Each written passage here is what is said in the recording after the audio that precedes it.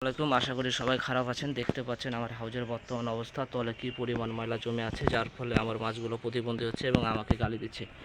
আমি যদি আপনাকে একটু ভালো করে কাছ থেকে দেখাই, এই যে কি পরিমাণ পটি জমে আছে, মাছগুলো প্রচুর পরিমাণে খাচ্ছে এবং পটি করছে আর প্রতিবন্ধী হচ্ছে। এই প্রতিবন্ধী যেন না হয় এই জন্য আমি এখানে খাল করলাম। আমার পানিগুলো এই যে তলে যতগুলো ময়লা আছে সবগুলো এখান থেকে বের করে দেবো এই আমার কালো অজাগর সাপের মাধ্যমে।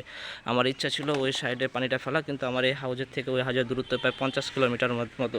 তো আমার এই কালো অজাগর সাপটা এখনও অত বড় হয় নাই, তা আমি এখানে পানিটা ফেলে দিব। তো ভিডিওটা আপনারা সবাই কেটে কেটে দেখবেন। দেখতে পাচ্ছেন আমার এই কালো অজগর তার লীলা খেলা দেখা শুরু করে দিচ্ছে এবং মাছের পটি খেতে থাকছে। এই যে প্রচুর পরিমাণে টানতেছে এবং পটি খাচ্ছে। আর এই যে এইদিকে দেখতে পাচ্ছেন আমার এই কালো বিল্লারটা বাচ্চা পয়দা করতেছে, প্রচুর পরিমাণে বাচ্চা দিয়েছে।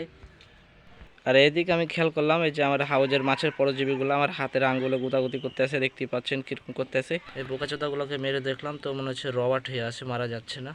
তো যা হোক গা, আমার হাউজ পরিষ্কার করা একদম ক্লিয়ার হয়ে গেছে, কমপ্লিট। এখন হয়তো আমার মাছগুলো আমার জন্য একটু দোয়া টোয়া করবে। আর এটা আমার হর্নটে ভরপুর হয়ে আছে, এটা এখন সাফ করতে পারলাম না, কারণ এখন যদি সাফ করি সবগুলো হর্নট ভেঙে যাবে।